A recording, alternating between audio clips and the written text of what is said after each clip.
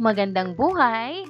Halina't matuto kasama si Teacher Aika, your online teacher. Simulan na natin! GMRC Grade 2, Term 1, Week 1, Day 3 to 4. Mga batayang impormasyon tungkol sa sariling pamilya. Muli, ako si Teacher Aika, ang inyong online teacher. Kasanayang pampagkatuto na ipakikita ang pagpapahalaga sa sarili sa pamamagitan ng paggamit ng batayang impormasyon sa mga angkop na sitwasyon. Mga layunin.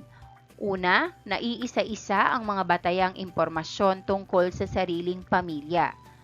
Pangalawa, naiuugnay na ang mga batayang impormasyon tungkol sa sariling pamilya ay mahalaga sa pagkakaroon ng kamalayan sa sariling pagkakakilanlan tungo sa pagpapahalaga sa sarili. Bago natin simulan ang ating aralin, tayo ay umawit. Sabayan ninyo ang inyong guro. Sa awit na, kung ikaw ay masaya. Natatandaan pa ba ninyo ang ating aralin kahapon? Sa pagkakataong ito, bigkasin nating muli ang tulang, ang aking pamilya. Ito ay may pamagat na, ang aking pamilya, ni Crispino Parule Jr. Sa aming munti at payak na tahanan, tunay na nadarama pagmamalasakit at pagmamahalan mula sa aking magulang o tagapangalaga man. Kapatid at iba pang miyembro ay maaasahan.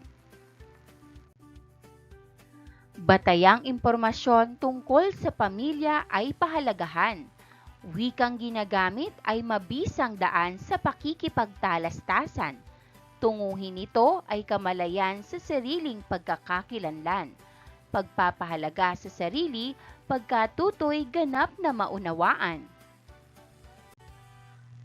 Ano-ano ang mga batayang impormasyon tungkol sa pamilya na ating tinalakay kahapon? Ibahagi ang mga ito sa klase. Basahin ang mga salita. Hanap buhay. Hanap buhay. Tirahan. Tirahan. Lungsod o bayan na kinabibilangan. Lungsod o bayan na kinabibilangan. Lalawigan o probinsya. Lalawigan o probinsya. Hanap buhay. Hanap buhay ang tawag sa pinagkakakitaan o ikinabubuhay ng pamilya. Lungsod o bayan na kinabibilangan. Lungsod o bayan na kinabibilangan ang nakasasakop sa lokasyon ng tirahan. Lalawigan o probinsya. Lalawigan o probinsya ay ang pangunahing unit ng lokal na pamahalaan na hinahati sa mga lungsod at mga bayan. Think, pair, share, dyad. Sagutin ang mga tanong. 1. Sino ang naghahanap buhay sa inyong pamilya? 2. Sa anong bayan o lungsod kabilang ang lokasyon ng inyong tahanan? 3. Saan ang inyong lalawigan o probinsya?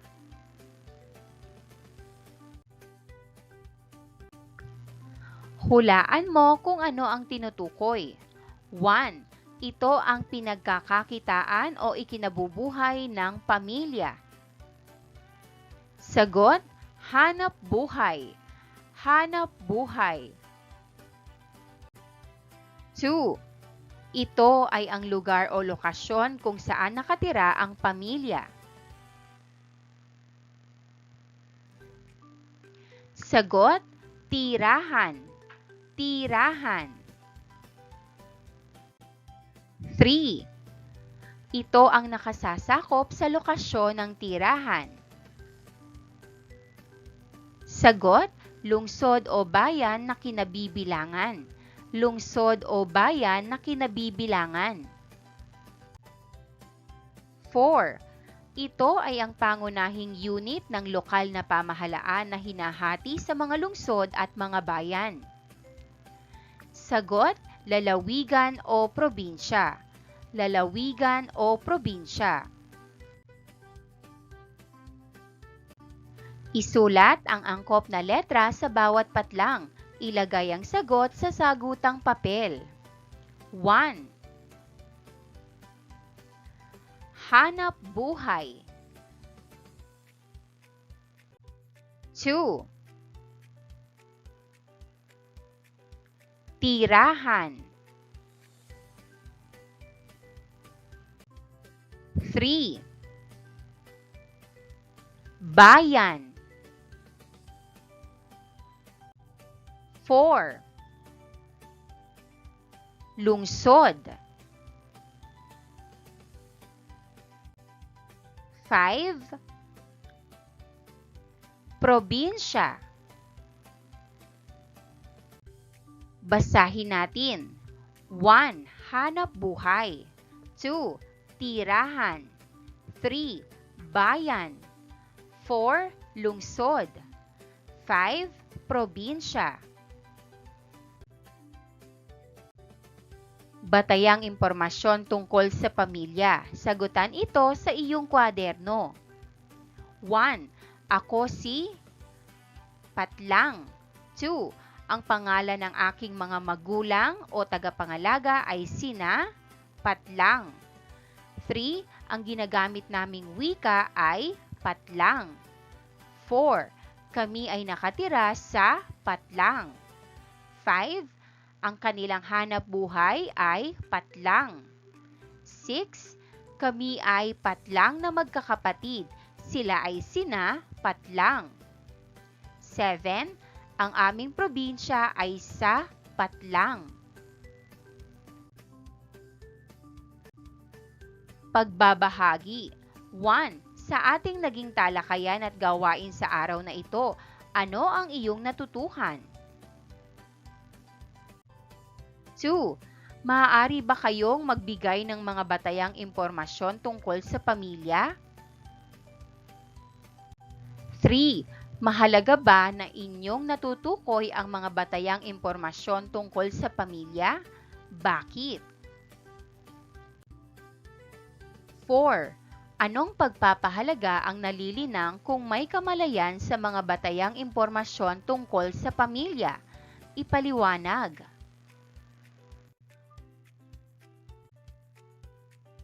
Panuto, punan ang mga patlang ng mga batayang impormasyon tungkol sa sariling pamilya. Isulat ang sagot sa sagutang papel. 1. Hanap buhay. 2. Lokasyon. 3. Tirahan. 4. Probinsya.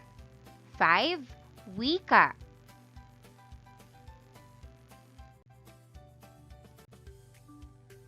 Mahusay ninyong natukoy at naisa-isa ang batayang impormasyon ng sarili. Sa pagkakataong ito ay gagawa tayo ng family portrait. 1. Sundan ang family portrait na ipapaskil sa pisara o makikita dito sa PowerPoint presentation. Maaaring gumuhit o gumamit ng anumang malikhaing paraan. 2. Isulat ang hinihinging batayang impormasyon tungkol sa pamilya. Family portrait, maaaring gumuhit o gumamit ng anumang malikhaing paraan, gabay ang mga batayang impormasyon tungkol sa sarili. Magulang o tagapangalaga, hanap buhay, tirahan, bayan, lungsod, probinsya, wikang ginagamit sa tahanan.